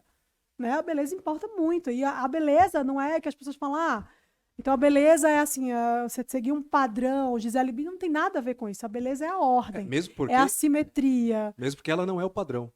Ela não é o padrão, pelo amor de Deus. O pessoal Exato. confunde a atração pessoal com definição. Ela não é o padrão, ela é isso, fora não do tem padrão. isso. Né? E quando a gente fala beleza, não é uma beleza... É porque é meio raso você limitar a beleza a um... Fruição sexual. exato, a uma característica física, né? Quer dizer, eu sou bonita porque eu tenho uns olhos azuis e o cabelo... Não, não é isso. Você pode ser uma pessoa que não tem os olhos azuis, uma pessoa normal, né? Com outras características físicas e ser bela. Porque você vai trazer consigo vários outros elementos que configuram ali uma coisa, algo belo. Né? Então, assim, a destruição da beleza é, sim, uma das principais armas do movimento feminista. O objetivo é descaracterizar completamente as mulheres. E isso passa pela beleza física também. Né? Então, vai destruir a mulher em todos os aspectos. Destrói as relações, destrói a autoestima da mulher, o que ela acha de si mesma, destrói, enfim, os sonhos, os desejos, as ambições que ela tem, e vai reduzir essa mulher a um fantoche, né? Com objetivos políticos. Com objetivo. Que é muito importante deixar isso claro.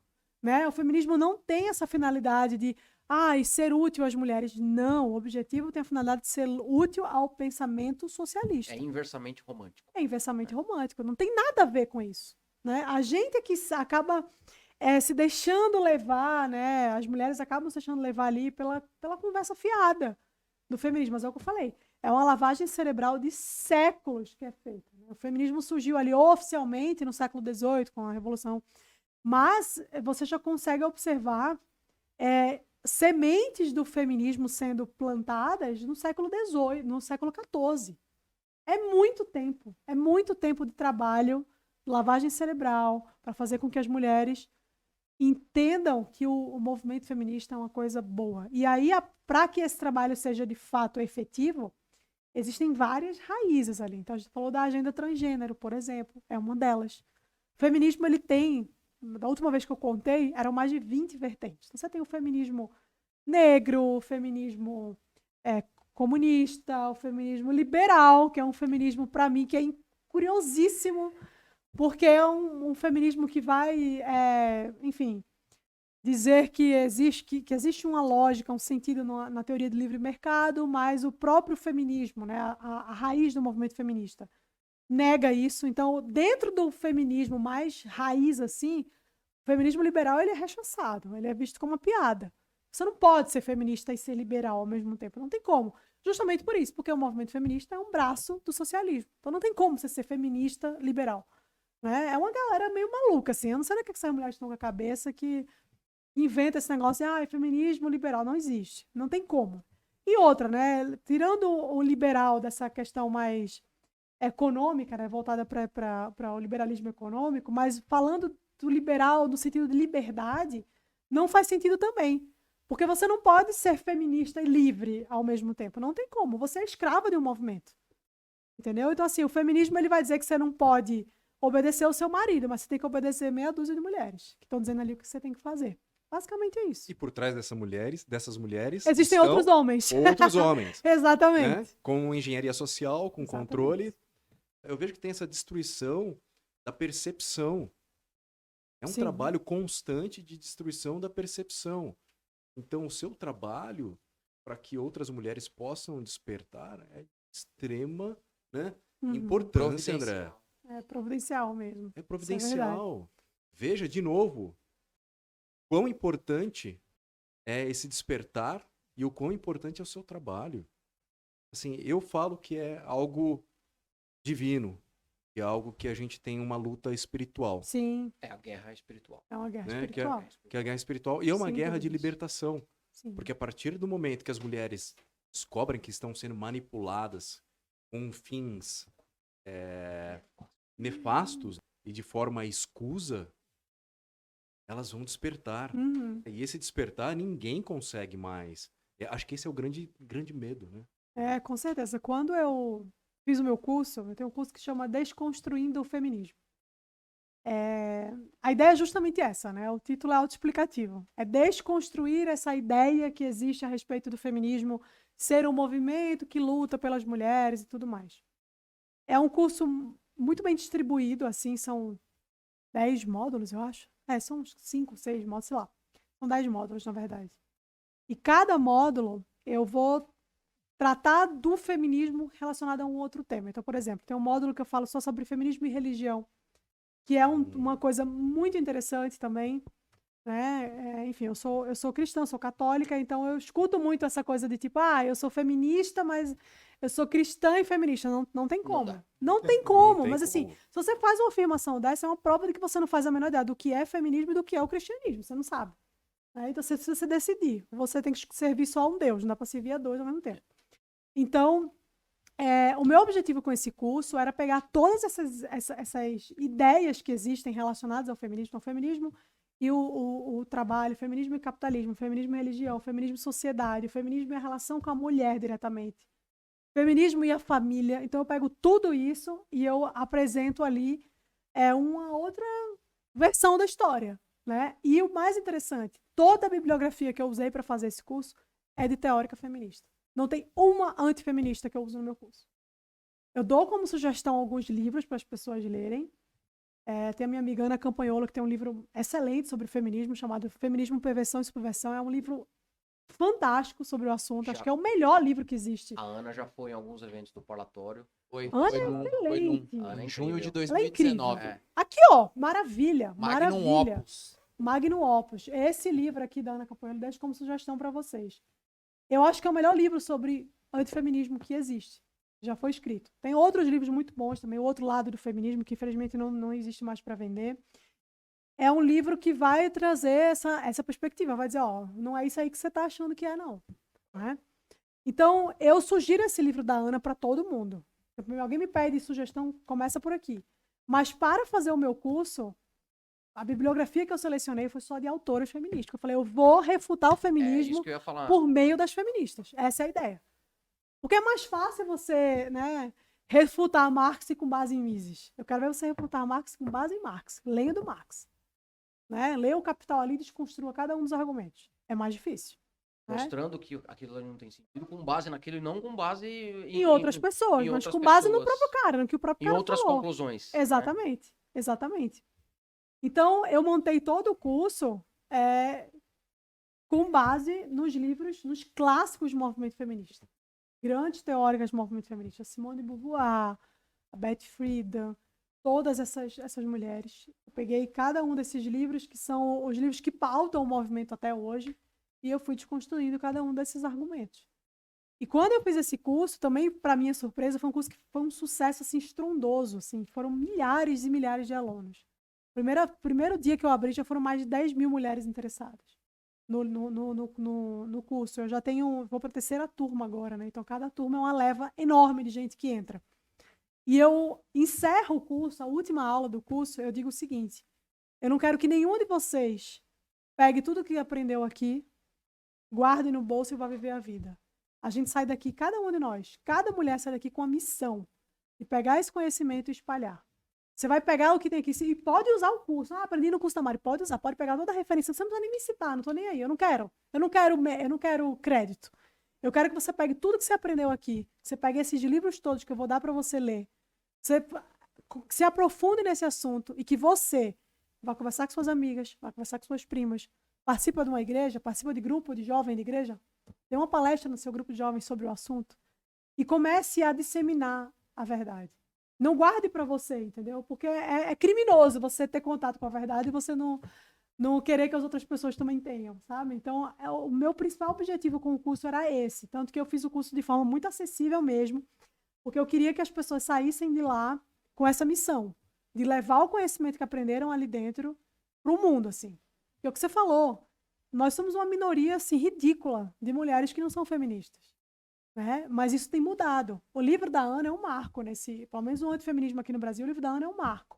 O trabalho da Ana, o meu trabalho, o trabalho de várias outras mulheres que estão ali todos os dias batendo nessa tecla, tentando trazer essa luz para as mulheres, no sentido de mostrar o que é o feminismo de fato, que não tem nada a ver com isso que elas ouviram dizer que era, é um trabalho de formiguinha, mas é um trabalho que já tem surtido muitos resultados. Graças a Deus. Então, assim, ver isso acontecer de alguma forma é maravilhoso, porque é uma libertação. Você vê as mulheres, o que eu recebo, você não tem noção, o que eu recebo de depoimento no meu direct do Instagram é coisa de louco, assim.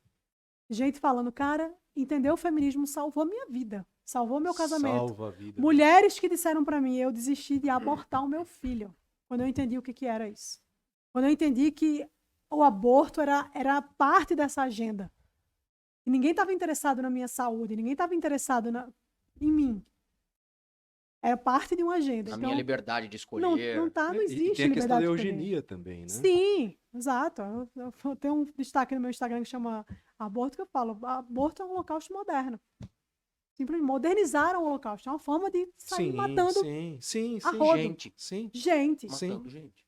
Sim, Entendeu? uma redução populacional. Matando gente o mais vulnerável possível. Exato. O mais indefeso dos indivíduos. Sim. Então, se a gente não sai E acham que isso é um indefesa- direito, né? Exatamente. Eu não me conformo, Mari.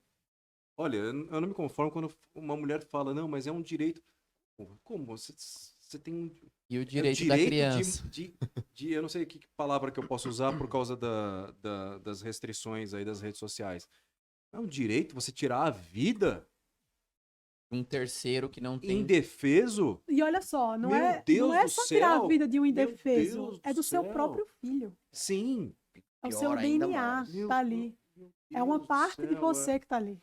Eu É muito Olha, cruel. tenho É um- muito E cruel. isso coloca em risco também a própria mulher, né? Com certeza. Com certeza. Mas eu vou te falar uma coisa. Eu conheço, de perto, inclusive, mulheres que abortaram. É muito triste, enfim, não vou nem entrar nesse mérito. Mas eu posso te dizer. Elas não fazem ideia do que fizeram. Por quê? Porque a vida humana foi completamente relativizada. Ninguém entende que ali é uma vida. É um amontoado de células. Quando você diz que aquilo ali é um amontoado de células, perde a importância. Entendeu? Não, se eu vou tirar um amontoado de células, qual o problema? É quase como se você estivesse tomando um remédio para prisão de ventre. A programação linguística aí novamente. Exatamente. Exatamente. É uma forma de. É um eufemismo. Né? Tudo é muito sutil ali. Então, quando você vai explicar, porque quando eu vou falar sobre aborto, eu tenho uma aula no curso de feminismo sobre aborto que eu acho que é a melhor aula que tem. Que é uma aula que eu vou desde a questão biológica até a questão filosófica, vou entrando em todos, eu cerco. Qualquer pessoa que venha trazer qualquer argumento que seja sobre aborto. Então, essa pessoa está cercada, ela não tem saída. Ela vai ter que reconhecer em algum momento que é um absurdo. Se ela quiser, depois disso, ainda continuar defendendo, beleza. Mas você vai defender sabendo que é um absurdo. Entende? Então, assim, não existe nenhum argumento que faça a tese do aborto fazer sentido. Não existe nenhum argumento. É questão de saúde pública. Mentira, não é. Questão de saúde pública é Covid. Aí é questão de saúde pública, aborto não é. Aborto, falando de forma muito objetiva, é aquele negócio no ventre da própria mãe. A pessoa responsável por proteger aquele indivíduo é quem tira a vida dele. Você consegue perceber o quão isso é cruel? Então, assim, não existe nenhum argumento, não existe nenhuma ideia que faça com que o aborto pareça ser menos pior do que ele é. Razoável. Não tem, Zero. não tem como. Não tem como. E a mulher tem o direito. Não, ela não tem o direito. Não tem. Mas é o meu corpo, não é o seu corpo. Acabou. Claro que é o meu corpo. Não é. Você não tem 4 pernas, você não tem 4 braços, você não tem 2 DNAs no seu corpo. Não é o seu corpo. Mas eu não escolhi. Escolheu. A gravidez, ela é uma possível consequência de um ato deliberado que você fez. Por livre-arbítrio. O livre-arbítrio. Na grandíssima. Não, que a gente tá falando de gravidez decorrente de estupro. A gente tá falando de uma gravidez decorrente de safadeza mesmo. Que a nega foi lá e piba, entendeu? A gente tá falando dessa gravidez. Ah, eu não sabia, não. Você achou que ia vir o quê? Um iPhone? 14 Pro. 14 Pro 14 Max, Pro, que tá? é. É o Max. Não, gente, pelo amor de Deus. Tem né? mulheres também abandonando filhos. Entram no feminismo e abandonam não só o seu homem, mas os filhos também. Pra viver umas aventuras malucas. É uma coisa. Aí já vira. Já é patológico, na minha opinião. Sim. Aí já é patológico. São mentes fracas e que não fazem a menor ideia do que estão fazendo aqui. Né?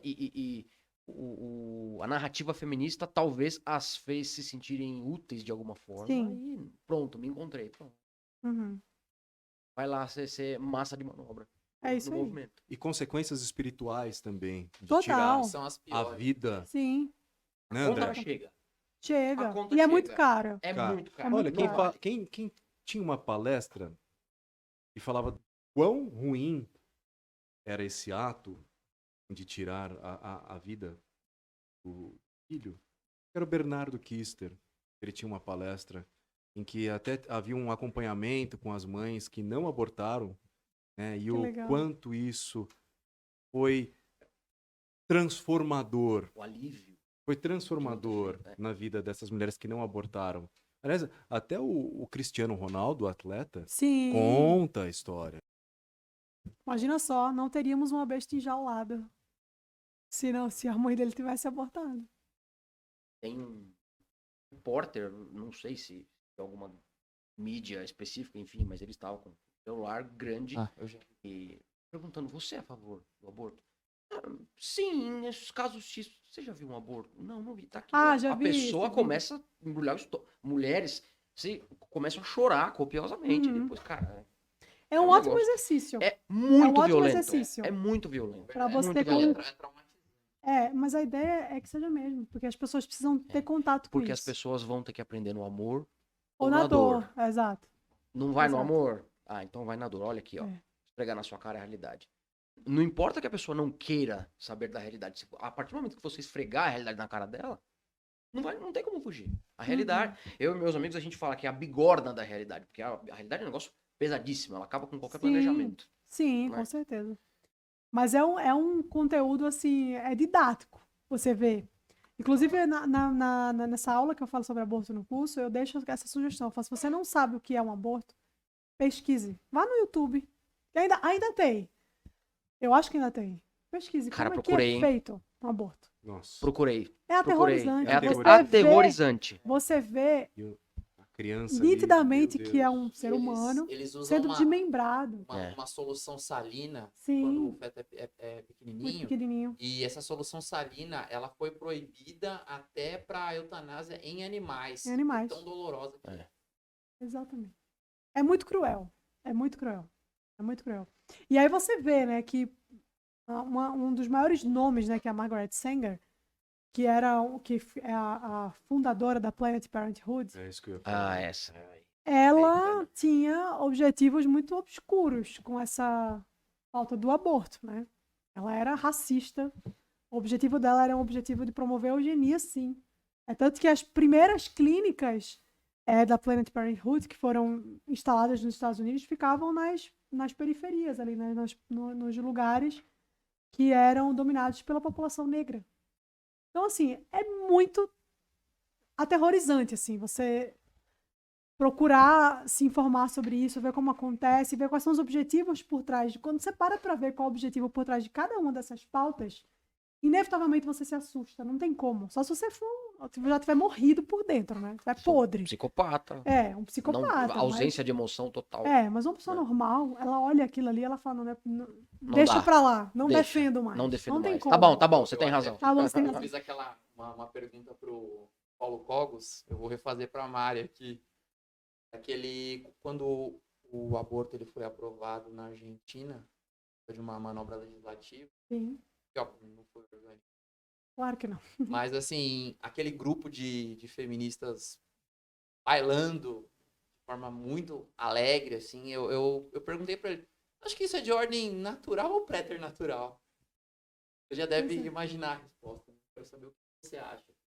Nossa, é manipuladíssimo aquilo ali, né? Existia uma cabeça, várias cabeças ali por trás. E é o que eu falei, assim, houve uma relativização tão grande da vida que aquelas pessoas ali, eu ouso dizer que 99% não faz ideia do que está gritando, do que está...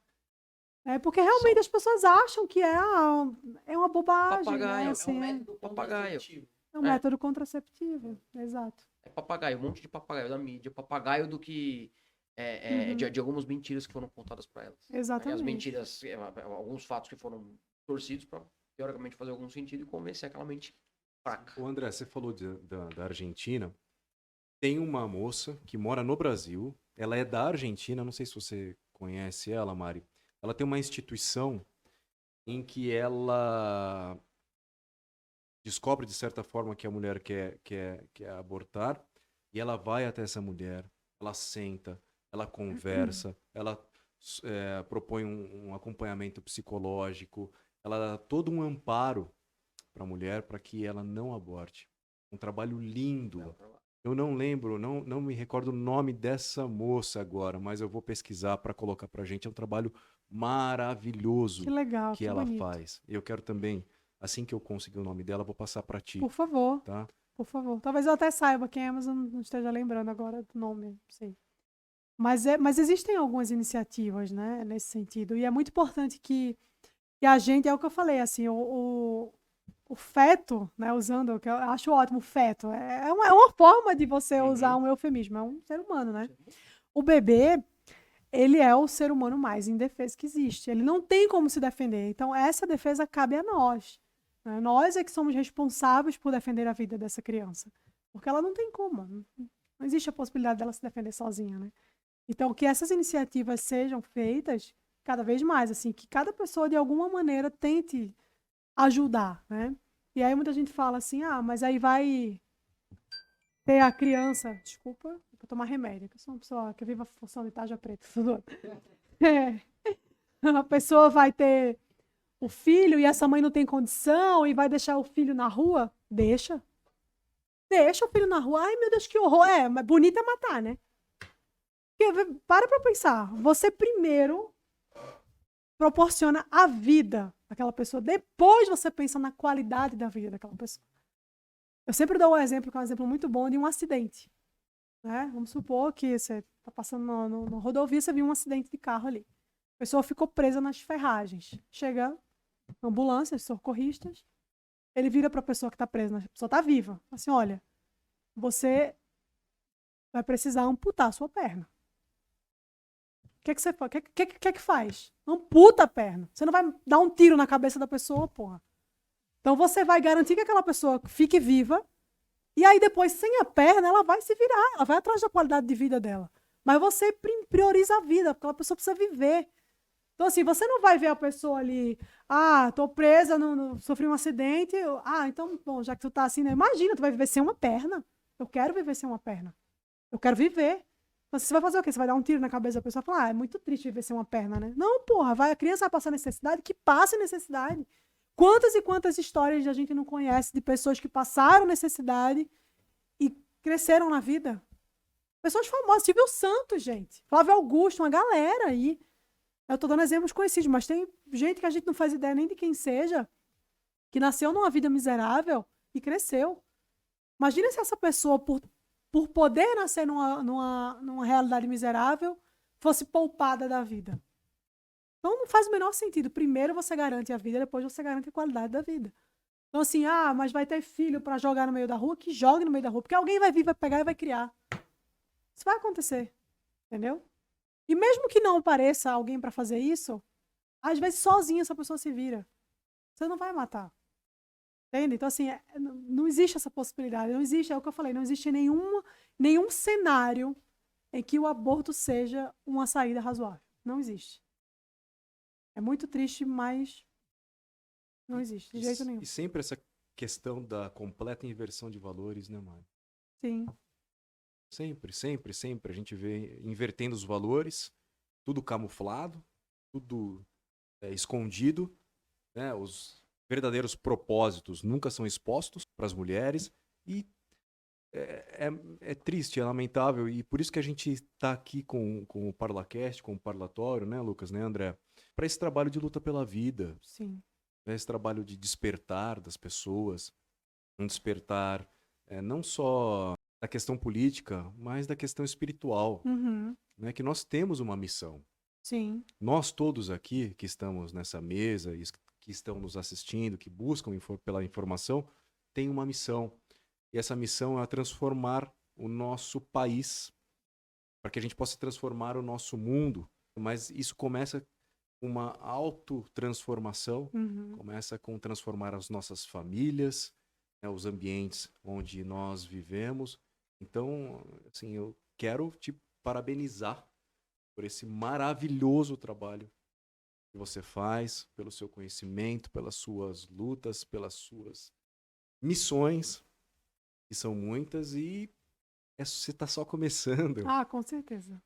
Né? Muito obrigada mesmo, assim, de verdade. E obrigada por vocês terem esse espaço, né, para que a gente possa falar sobre isso. É um canal para a gente disseminar conhecimento, que Sim. engrandeça as pessoas, né? E que torne essa disseminação de conhecimento exponencial. Então, uma pessoa que escuta fala para duas, que fala para mais duas. Exato. Né? Então, É um esquema de pirâmide. É um esquema de pirâmide. Inclusive, a gente já falou nesses termos em outra gravação, não lembro quem que era o convidado. Mas você com o teu clube de leitura, você com o teu curso Desconstruindo o Feminismo, o Bruno com o Instagram dele e com as aulas dele, os cursos dele sobre política, conservadorismo e etc. Nós com o ParlaCast, Cada um fazendo propaganda de um disso, jeito, né? a gente se ajudando a se divulgar. Quanto mais gente a gente conseguir trazer pro time, né? Eu acho que... Cara, o mundo melhor a gente não faz sozinho. Uma andorinha só não faz verão, né? Um clichê, mas é a mais pura verdade. É o Mark Sim. Twain, né? Nenhum homem é uma ilha. Exato. É isso aí. Nós somos um arquipélago. Nós somos um arquipélago. E vamos trabalhar, né? Continuar com esse trabalho Trabalhar, aí para levar a verdade. Né? Busca A incansável pela verdade, pela de Olavo, verdade, professor Olavo de Carvalho. né? É isso. Porra. Porra! Meu Deus do céu, o que que tem na cabeça? Vocês são burros! Ai, gente, que saudade. Que saudade, Nossa. cara. Que saudade. Nossa Faz senhora, falta o faz uma Lavão, né? falta. André, suas considerações? Eu só queria agradecer enormemente a presença da Mari aqui. E, mais uma vez, essa nova temporada aí, que a gente consiga trazer pessoas do mesmo calibre e pedir para ela rematar aqui com uma mensagem pro nosso público, sobretudo para as mulheres, né? Uhum. Sobretudo para as mulheres. Acho que indo exatamente na direção de tudo que a gente conversou aqui, né? Falando sobre essa coisa da busca incessante pela verdade, a busca pelo conhecimento, eu acho que é libertador. Então, se você quer de fato ser uma pessoa livre, falando para as mulheres, uma mulher livre, você não vai se associar a nenhum movimento que vai te tornar escravo. Você vai fugir de tudo isso, você vai em busca de conhecimento, em busca de se tornar uma pessoa melhor, de crescer, de amadurecer, de servir os outros. Que essa é a essência da vida, né? A gente está aqui para isso, é como você falou, a gente está aqui para se ajudar mesmo. Né? Então, ter a cabeça, ter o olhar voltado para isso, né? Mirar sempre para o alto e tentar buscar essas coisas de uma ordem perene, assim. Não ficar preso a essas armadilhas, né? Não tentar não cair nessas armadilhas. Porque no final das contas, é o que eu falei, esses movimentos, essas ideias todas prometem pra gente, né, um paraíso, mas o que entrega é uma tragédia mesmo, uma desgraça. Você pode até duvidar um pouco disso, mas se você começa a flertar ali com esses movimentos, você vê a sua vida indo por água abaixo. Então, para que você possa se manter firme no seu propósito e ajudar outras mulheres, fique bem longe disso.